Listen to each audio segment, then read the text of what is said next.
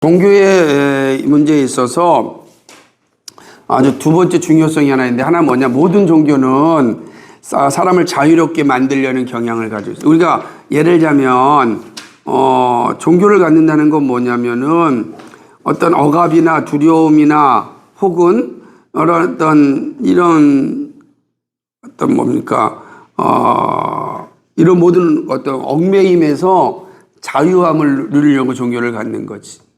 두려움에서 자유함을 갖고자 종교가 필요한 거 아니야, 그지? 여러 미래에 대한 두려움이 있으니까 종교를 통하여서 그 두려움의 자유를 갖고자 하는 것 아니겠어?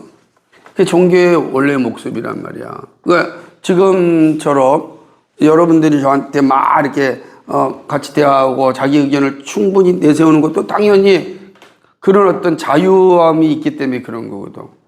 그런데 문제는 뭐가 되냐면 이 사제주의 종교, 다시 말하면 매개적 종교는 억압을 통하여서 자신의 수단을 이루려고 하는 거지. 억압하는 거거든. 억압을 통해서. 무슨 말이냐면 나를 통하지 않고서는 자유를 누릴 수 없다. 그러면 그 자유를 누리는 욕망이 결국은 사제를 통하여서 이루어야 된단 말이야. 그러니까 그런 내용들이 이제 나타나게 된다는 거지. 그러니까 그런 모습들 되게 위험한 거지. 그래서 결국으로는 어떻게 되냐?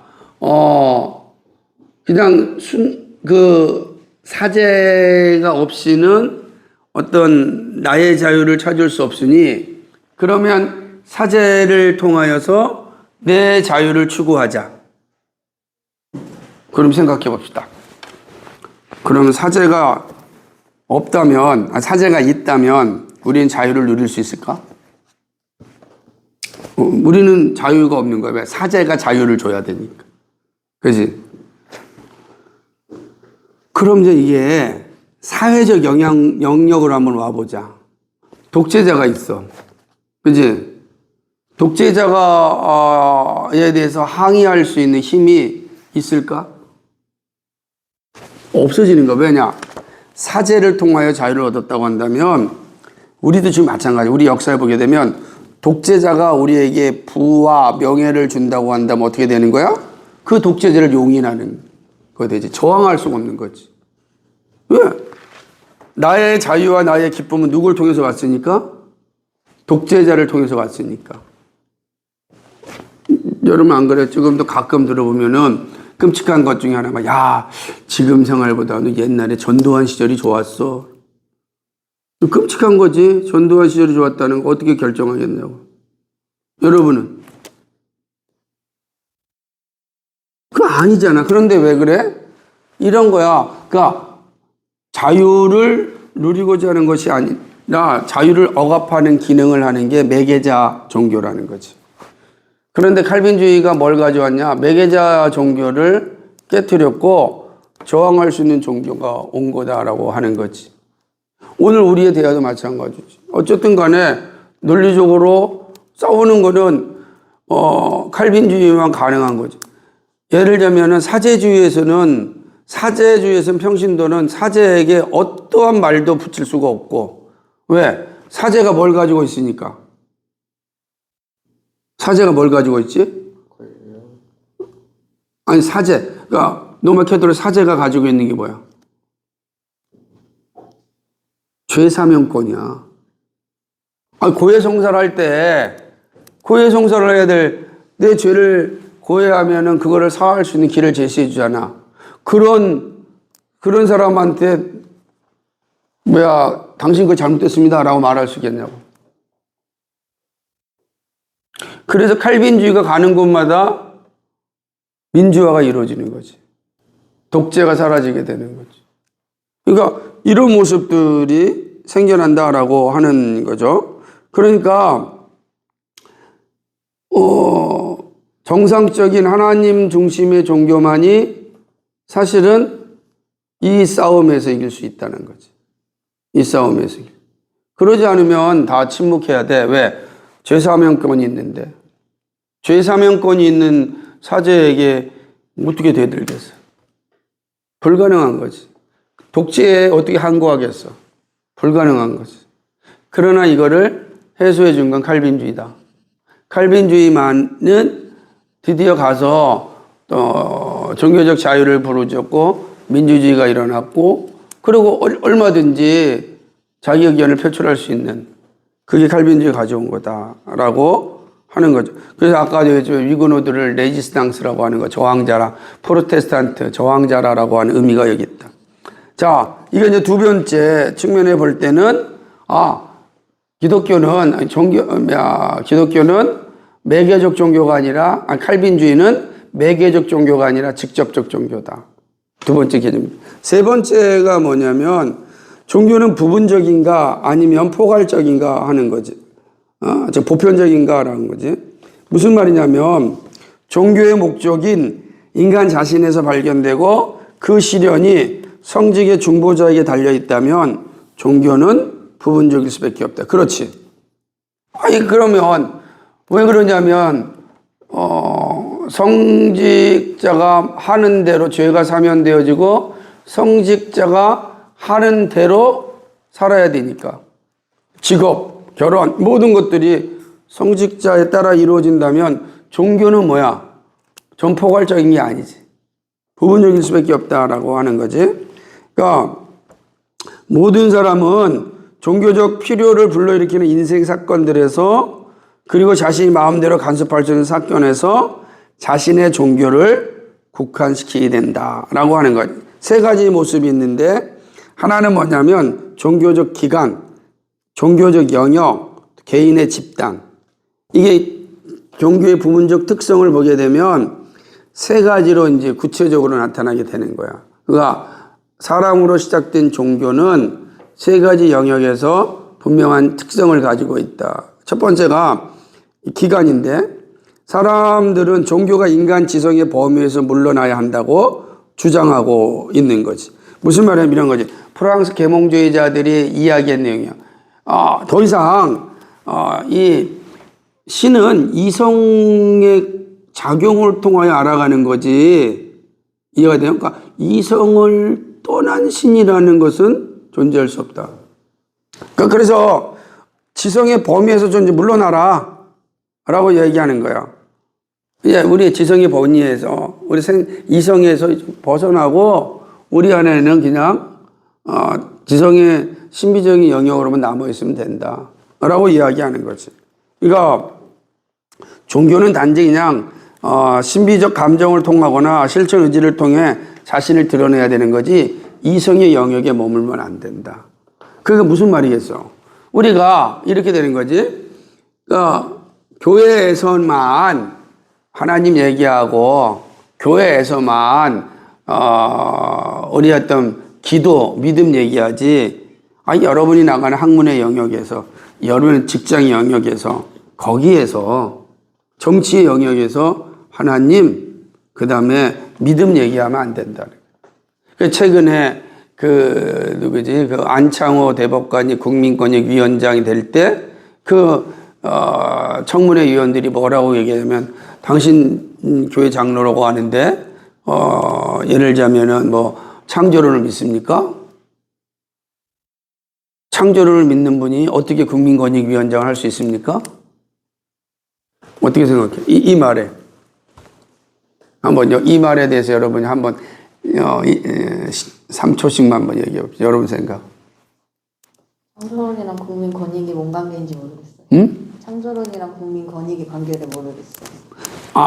동성애라든지 인권위원회니까, 그러니까 이제 과연 창조론을 가진 사람이 과연 그런 인권 문제를 해결할 수 있겠냐, 이런 질문이나 중의적인 질문이지. 어떻게 생각해? 오히려 깔끔하게 해결할 수 있게. 눈이 반짝거리네. 그렇지. 깔끔하게 해결할 수 있는 부분도 있지. 해결을 원한다면요. 그래. 삼촌이니까 죄송해요. 어떻게 생각해? 응? 해결할 수 있을 것 같은데. 어떻게 해결할 수 있을까? 창조론이니까 그냥 지들끼리 사랑하든 말든 상관없는 거 아닌가요? 그렇게 생각한다. 자, 조성은. 하나님 믿는 사람이 그 동성이나 그런 사회적 그걸 해결할 수 있냐고요? 네, 일단은 좀 그 국가인권위원회 수장이 될 수 있을까? 그래가지고 그게 뭔지 모르겠어요. 그게 문제지, 그죠? 지혜는 저도 잘 모르겠습니다. 모르겠다는 개념이 뭐냐고. 뭐라고 대답해야지? 뭐라고 대답? 뭐라고 대답해야 될지. 오히려 확고한 기준을 가지고 있으니 나는 괜찮다라고 말할 것 같아요. 그렇다. 그럼 승원이는 그거를 크리스찬 주의. 그거 잘 몰라.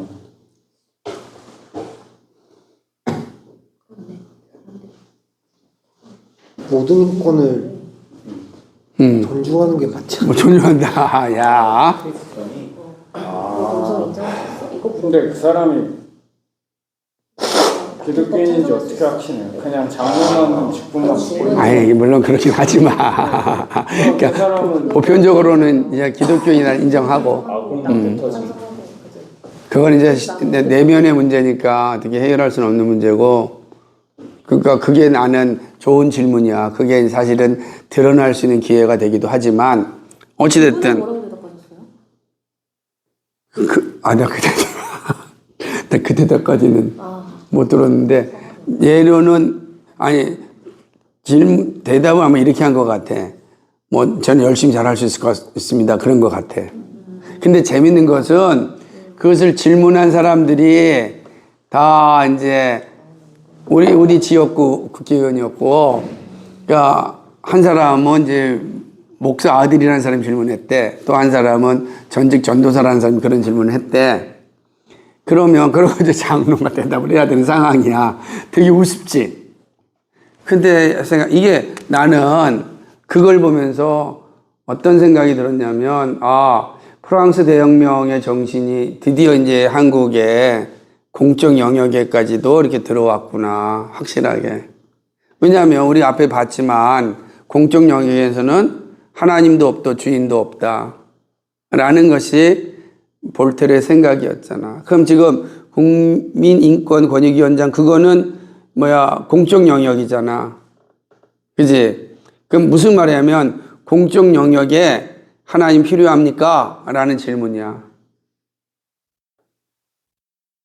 그러니까 그거를 단순하게 정치적 용어로 보는 게 아니고 내가 볼 때는 일어났던 매우 사상사적인 질문이라고. 그 질문에 기독교인은 어떻게 대답해야 되겠는가? 쉽지가 않은 거라고.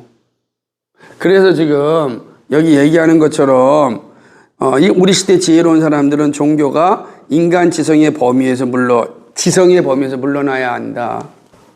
뭐라고 써 있어? 그냥 다른 신문 기사인데 답변은 아닌데 말이 재밌었어요. 안 내정자의 부적격 사유는 차고 넘친다. 그는 헌법재판관 시절 간통죄 폐지를 반대했고 병역 거부에 대한 대체적 반대 의견을 냈다. 그래서 이 기사 제목이 소수자 혐오 안창호 차별금지법 맞는 인권이 만들 텐가 라고 이렇게 대단한 사람을 진짜 대단한 사람이.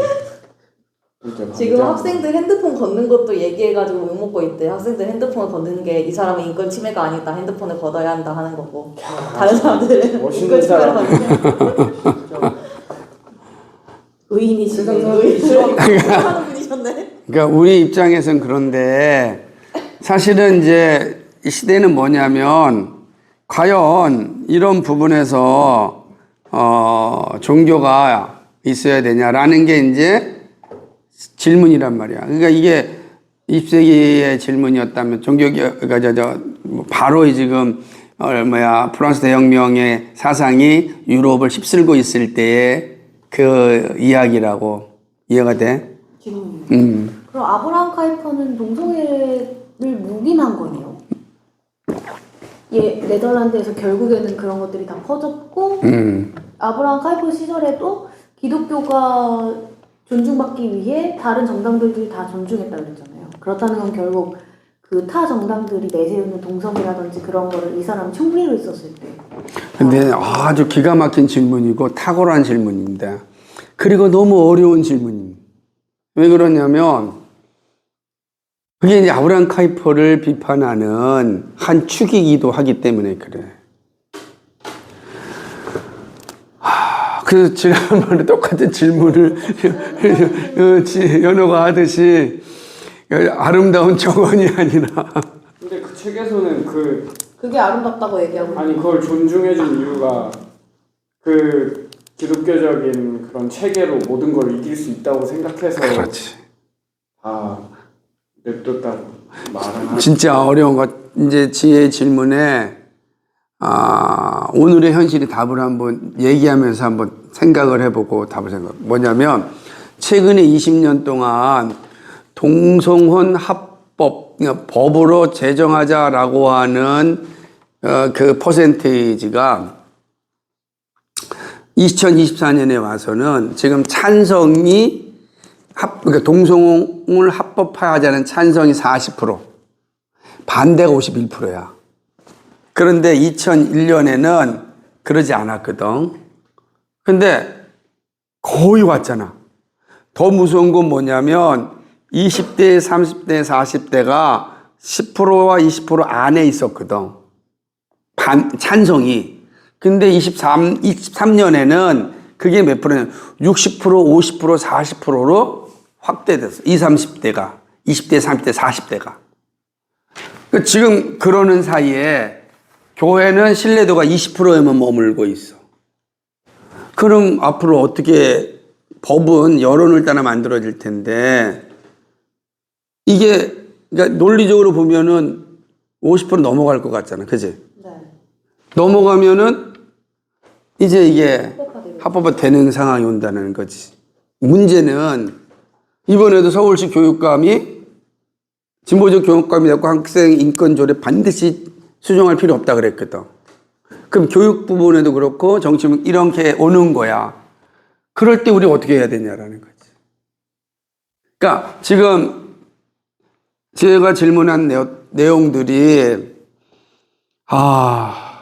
어렵고 힘든 부분이. 그러니까 무슨 말이냐면 현실은 존재하고 우리는 반대하고 그리고 다수의 여론은 지지하고 이 현실을. 과연 우리는 어떻게 해야 될까?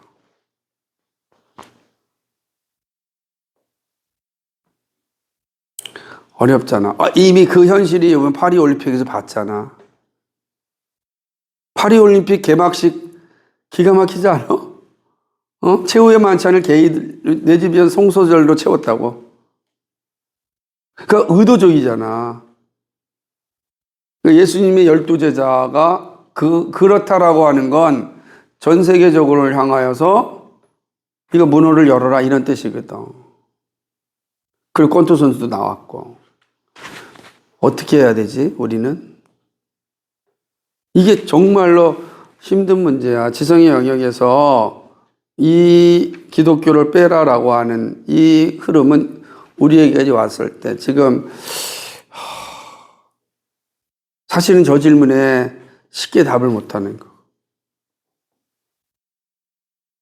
왜냐하면 아브라함 카이프는 그렇게 해버렸으니까. 그게 이렇게 존재했으니까. 그러면 만약에 아브라함 카이퍼가 방금 이 의원님 같은 질문을 받았다면 나는 그들을 존중한다라고 답했겠네요. 그렇게 것 같다는 생각이 대신에 우리도 존중해라. 그러니까 지금은 뭐냐면 지금 법은 성소수자만 존중하고 그 다음 반대자들은 존중을 받지 못하는 법이다. 지금 현재의 법은. 왜냐하면 처벌 조항이 있으니까. 그 거꾸로 우리의 말에 대해서 그 비판하는 세력들도 처벌을 받아야 되잖아. 근데 지금 법은 한쪽만 처벌하게 돼 있어. 소수자니까. 그 인권의 논리가 소수자니까. 어렵지. 나는 우리보다는 이제 앞으로 이제 지혜 같은 경우가 더 힘들 거고, 배나 더 힘든 상황이지. 교육의 영역에서는 가장 먼저 나타나니까. 그래서 아브라함 카이퍼가 가장 먼저 한 게 뭐냐면 교육개혁이야. 그래서 무슨 말이냐면 모든 기독교 대안학교도 똑같은 지원을 해야 된다. 공립학교와 같은 지원을 똑같이 해야 된다. 그건 어떻게 생각을 해? 그것도 결국 이전에 질문과 똑같다고 생각해요. 제가 그 사람들한테 그래야 된다고 저도 생각하거든요. 기독교 대안학교도 똑같이 공립학교처럼 기독교 공립학교를 만들어줘야 된다라고 생각을 하는데 그렇게 되려면 그러면은 동성애 공립학교도 다 만들어줘라 이런 식으로 맞아. 나오면 어쩔 수 없죠. 그렇게 많은 거야. 근데 그걸 어떻게 생각하냐는 거야. 그러니까 교육 그렇게 교육 공립학교도 만들고 기독교 공립학교도 그렇지 이제 만들고. 교육의 입장에서 교사 입장에서는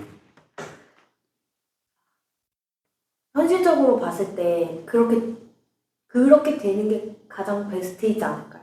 지금 이미 이 세상은 동성애가 다 합법화되고 있고 모든 성적인 소수적인 그런 것들을 다 취향이라는 이름 하에 합법화시키고 있는데 정당화시키고 있고 그런 와중에 우리가 살아남으려면 어쩔 수 없이 알겠다 해주고 만들어야 되지 않을까? 그러니까 아브라함 카이퍼의 생각이 네. 합당한 것 같다. 네네.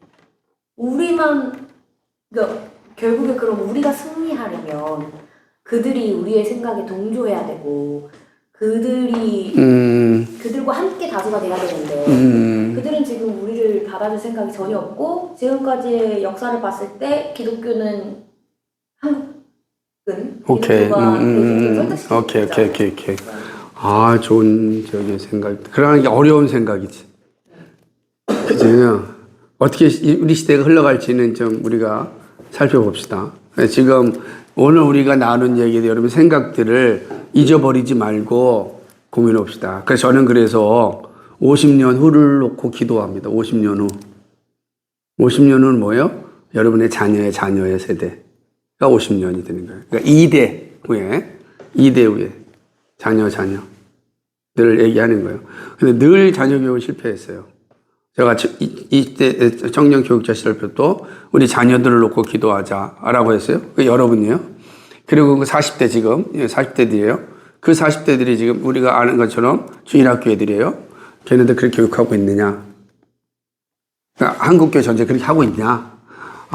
난 실패했어요. 제가 그렇게 강의했지만 다 실패했어요. 제가 알고 있는 40대들 전부 다 사교육에 목숨 걸고 전부 다 그냥 지금의 대학생 애들 단 한 명도 단 한 명이라 그런 표현은 오류가 있으니까 대다수의 모습들이 다 그냥 이 학벌에 목매어서 살고 있는 거지. 그러니까 결국은 지금의 50대, 40대들한테 강의한 게 다 실패한 거예요. 저는 다 실패했어요. 그런데 이제 여러분 20대들한테 지금 강의하는데 잘 보이지 않아요. 왜 그렇죠? 여러분 세대는 더 각박한 시대를 살아가고 있으니까. 이게 더 들어가 힘들어. 왜냐면 뭔가 그래도 길이 좀 보이면 그래 알았어 할 텐데 미래가 너무 팍팍하니까 지금 목사님 말하는 것들이 매우 이상적이고 현실을 모르는 얘기처럼 들리고 그렇다고. 그래서 너무 힘들어. 그래도 불구하고 또 얘기하는 건 다음 세대에 대한 생각 때문에. 그래도 나는 실패했어도 내 다음 세대는 그렇게 가지 말아야지 라고 하는 간절한 소망 때문이죠.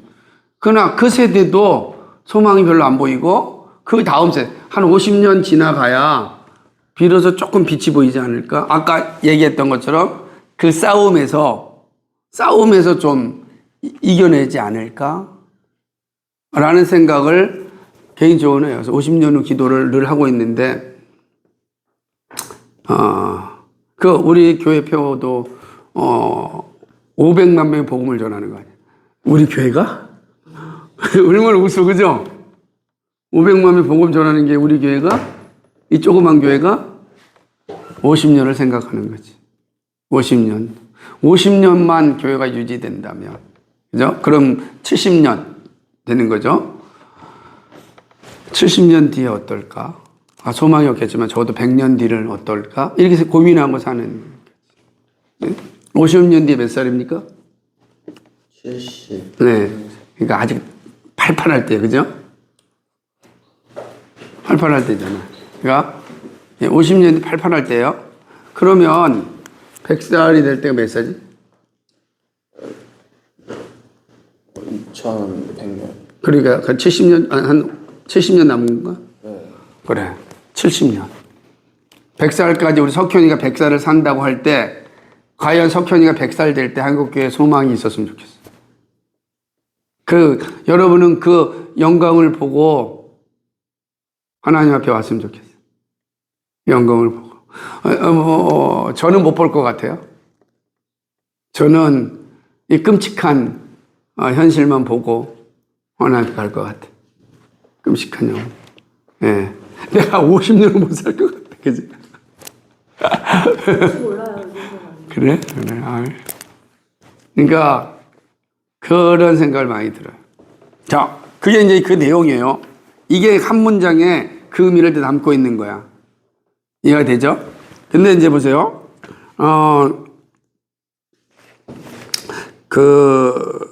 어쨌든 간에 이제, 예를 들자면은 이런 사람들, 어떤 신비적 윤리적 경향은 종교적 영역에서 열정주와 더불어 강하게 등장하지만 동일한 영역에서 지성은 형이상학적 환각에 이르면서 억제당한다. 그러니까 이제는 점점 형이상학과 교의학은 추방되며 불가지론이 큰 수수께 해결책으로 더 크게 갈채를 받는다. 무슨 말이냐면 여기서 보게 되면 교의학은 교리를 얘기하는 거고 형이상학은 말 그대로 이제 우리가 생각하는 것처럼 이성의 영역을 뛰어넘는 일들에 대한 거죠. 형이상학이니까 신앙의 영역을 얘기하고 논리의 영역을 얘기하고 추상적인 얘기를 하는 것들은 이제 뭐요? 모른다. 불가지론은 잘 모르겠다라는 뜻이에요. 나 모른다. 그러니까 이제 도덕이라든지 이런 것들은 다 성이상학이잖아. 도덕이 뭐야? 라고 하는 것들은 다 사라지게 되고 뭐만 남는 거요? 이제 앞에로 나타난 것은 불가지론이니까 몰라요. 이게 옳은지 그른지 몰라요. 그러면 모르면 어떻게 살지? 다수가 원하는 데 살아가는 거지. 불가지론이 팽배하면 그냥 살아가는 거지. 보이는 대로 살아간다 라고 하는 거죠. 그러니까 끔찍하게 있는 것처럼 이런 어떤 형이상학적인 생각이라든지 이 교육력이 사라지고 오직 이성만 남는 시대가 되는 거죠. 그런데 예수님께서 뭐라고 얘기하냐면 놀랍게도 내 마음과 힘을 다하여 주를 사랑할 뿐만 아니라 내 모든 지성, 여기 뜻입니다. 한국에는데 모든 하나님을 사랑하라 그랬거든요. 그래서 지성, 성경에서 지성, 이건 대부분 마인드로 얘기한단 말이에요. 이거 사랑하라. 그러니까 성경은 뭐라고 얘기했냐면 아니 지성에서 기독교를 그러니까 계몽주의자들은 기독교를 지성의 영역에서 빼라 그랬는데 그런데 예수님은 지성으로 사랑하라는 거예요. 지성으로 하나님 사랑하라. 그러니까 하나님은 형이상학적이죠. 하나님 우리 같지 않으니까 그죠? 형이상학적 존재잖아.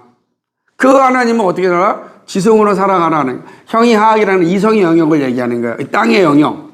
그 다음에 형이상학은 하늘의 영역을 얘기하는 거예요. 그러니까 그 영역을 뭐로? 지성으로 사랑하라. 이게 성경의 가르침은 이렇게 이야기하는데 문제는 뭐죠? 이게 종교적 기관으로서 사실은 합당하지 않으니까 다 빼려고 하는 거지. 그래서 종교기관이 우리의 모든 존재에서 발견되지 아니하고 우리 존재 일부에서 발견되며 우리의 감정과 의지에 국한되므로 종교생활의 영역은 결과적으로 동일한 부분적 특성을 지닌 것 틀림없이 보는 거예요. 그러니까 부분적으로만 종교적 생활이 필요하다. 그러면 어떻게 되겠어요? 아까 이제 얘기를 하는 겁니다. 누구지? 지혜가 얘기한 설명이 나와요.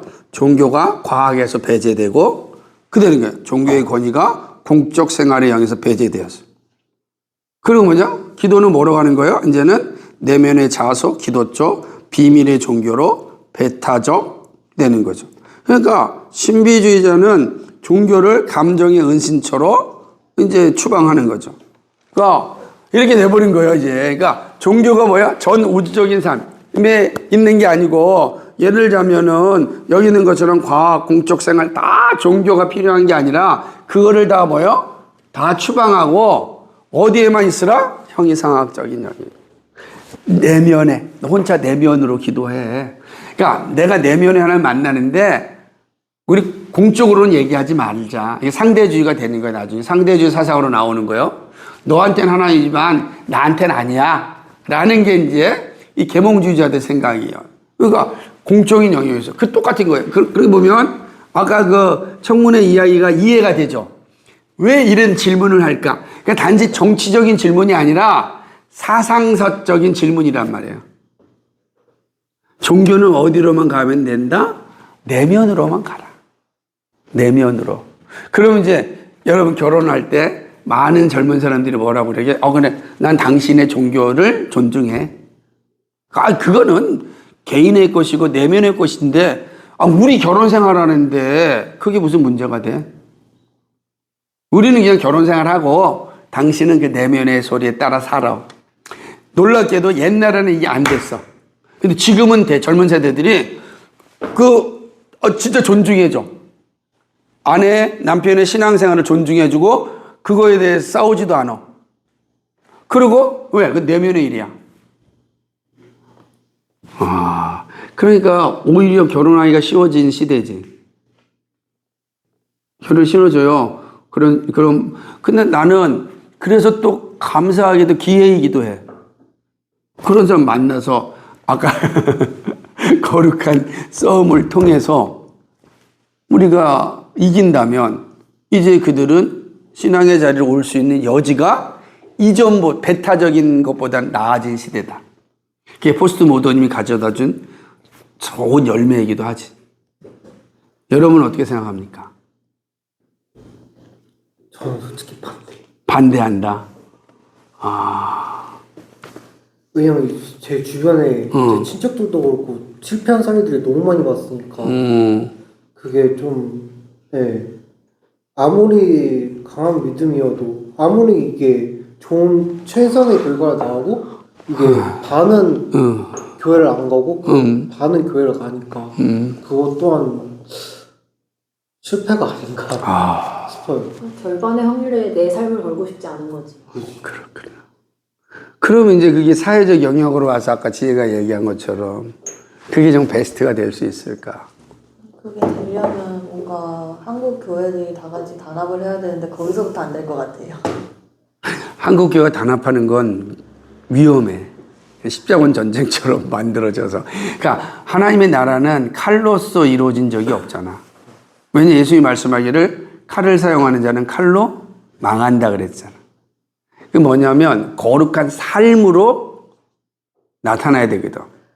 거기서 어려움이 오는 것 같아요. 그렇지. 거기서 어려움이 오는 거지. 거기서 어려움이야. 그래서 참 힘들어. 그죠? 그래서 이제 여기 보게 되면 이리하여 이제 부분적 종교 간의 세 번째 특성에 이르게 되는데 모든 사람과 관계 있는 종교가 아니라 우리 세대의 경건한 사람들과 관계 있는 종교가 그것이다. 그러니까 종교의 기간이 제한되면 그 영역이 제한되고 종교역이 제한되면 사람들 가운데 종교단체 혹은 집단도 제한된다. 예술이 자신의 기간과 자신의 영역과 따라서 자신의 열성과 집단을 갖고 있는 것으로 이해되듯이 이 견해에 따르면 종교도 마찬가지다. 무슨 말이냐면 종교가 부분적이다 그러면 그냥 뭐가 되는 거지? 개토화 된다는 뜻이지. 그러니까 미술가 집단이 있듯이 미술가도 뭐 예를 들자면 인상파 집단, 후기 인상파 집단, 뭐 입체파 집단이 있듯이 부분적으로 내면의 신앙이나 내면 생활에 어떤 충만한 삶을 나타내는 것으로 남지 공적 영역으로 넘어오지 말라라고 이야기하는 거예요. 근데 문제는 뭐냐면 로마 캐톨릭이 이 일을 했다고. 로마 캐톨릭이 종교를 부분적으로 했어. 교회 밖에는 구원이 없고 우리 교회만 있으니까 교회 안에서만 하는 거죠. 그래서 이 봉헌대 부분과 세속 부분에 경계선을 딱 걷다고. 교회 안과 교회 밖을. 끔찍한 거죠. 그러니까 종교적인 부분적인 게 되면은 이제는 삶의 모든 영역에 하나님 나라를 증명할 수 없는 거지. 근데 문제 뭐가 되죠? 여기 보세요. 67페이지. 마지막 줄에 그런데 칼빈주의는 어떻게 하냐. 우리 여기만 한번 보고서. 아이고. 이게 75까지 가야 되는데, 안타깝네. 쉽지가 않는 부분인데. 그죠? 자, 보겠습니다. 거기만 읽어보세요. 시작. 칼빈주의는 종교의 전적으로 보편적인 특성과 종교의 전적으로 보편적인 적용을 옹호한다. 존재하는 모든 것이 하나님을 위하여 존재한다면 모든 피조물은 하나님께 영광을 돌려야 한다. 그렇지. 그러니까 칼빈주의는 뭐냐면 모든 영역이 다 하나님을 영화롭게 하는 거다. 그러니까 보편적이다. 그러니까 예를 들자면 과학의 영역도 하나님의 영광을 나타내야 되고 마찬가지예요. 기도의 영역도 하나님의 영광을 나타내야 된다. 그러니까 모든 영역이 다 하나님의 주권이 나타난 영역이다. 그러니까 그게 되게 중요한 거지. 그런 모습들이 우리에게 된다라고 하는 거지. 그래서 칼빈주의는 모든 영역에서 제사장으로 살아야 된다는 거야. 하나님의 제사장으로. 모든 영역, 보편적이다. 그래서 그게 바로 이제 단순히 하나님을 내 안에 있는 사유의 존재로만 인식하는 것이 아니고 모든 영역에서 나타낸다. 모든 생활에서 바로 나타난다. 그래서 68페이지 첫 번째, 두 번째, 세 번째 단락에 거기 한번 보겠습니다. 시작. 칼빈주의는 종교의 영역과 사람들 가운데 종교의 영향력 범위에 관해서도 동일한 성격의 보편성을 내세웠다. 하나님은 창조 때 변할 수 없는 존재 법칙을 창조된 모든 곳에 주었다. 그런데 이제는 모든 것에 다 보편성이지 따로 존재하지 않는다. 그래서 하나님 모든 활동, 모든 것에 다 하나님의 나라가 임한다라고 하는 것이죠. 그래서 하나님은 특별 은혜와 일반 은혜를 다 주었다. 모든 사람들. 이게 되게 중요한 거야. 그러니까 특별 은혜는 구원받는 자에게는 줬지만 일반 은혜는 모든 사람에게 다 좋다라고 하는 거예요. 그래서 이 모든 영역에 다 하나님의 영광이 나타나는 거예요. 교회는 종교적 빛과 생명이 집중되어 있어요. 그러나 이 칼빈주의는 단지 거기에만 머물지 않고 모든 영역에 하나님의 주권이 나타난다라고 이야기하는 거죠. 라고 하는 것입니다. 자, 여기까지가 세 번째 질문만 하겠습니다. 그리고 이제 마지막으로는 이게 이제 종교가 정상적이냐 비정상적이냐 문제는 다음 네 번째는 못하네. 여기까지. 자, 결론으로 종교는 뭐죠? 부분적인 게 아니다. 칼빈주의는 부분적으로 보지 않는다. 보편적이다. 그러면 지금 우리가 공부하는 것 다 뭐다? 하나님의 영광을 위해서 일하는 거예요. 그러니까 그러면 이런 질문 던질 수 있습니다. 밥하는 것과 기도하는 게 뭐가 더 영적입니까? 그렇지. 이제 우리가 이것만 확신한다면 우리가 온전한 칼빈주의자가 된 거야. 우리는 밥하는 것과 기도하는 게 다 영적입니다. 모든 영역이 다 하나님을 영화롭게 하기 때문에 이걸 명확하게 인식할. 그렇게 되면 우리가 사회에 나가서 조금 더 다르게 살 수 있지 않을까. 여러분의 일하는 게 다 영적이라고. 그러니까 영적으로 충만한다는 거 뭐예요? 여러분이 하는 일에 열심을 다하는 게 영적 충만해지는 거예요. 이해되죠?